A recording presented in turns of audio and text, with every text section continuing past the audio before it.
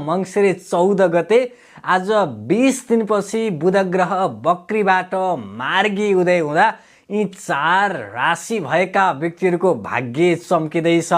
हो दर्शक महानुभावहरू, आजबाट यी 4 राशि भएका व्यक्तिहरूमाथि माता लक्ष्मीको साक्षात् कृपा आशीर्वाद पर्दैछ। अब यी 4 राशि भएका व्यक्तिहरूका व्यापार व्यवसायहरूमा ग्राहकको ओहिरो लाग्नेछ भने बिजनेस व्यापारहरूमा चौतर्फी फलिफाप हुँदैछ।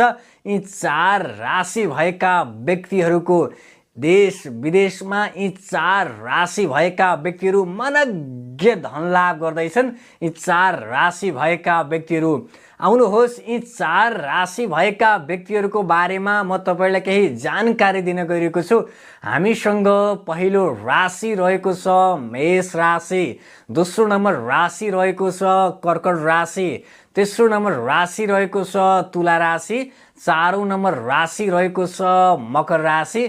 कृपया यो भिडियोलाई धेरै सेयर गर्नुहोला।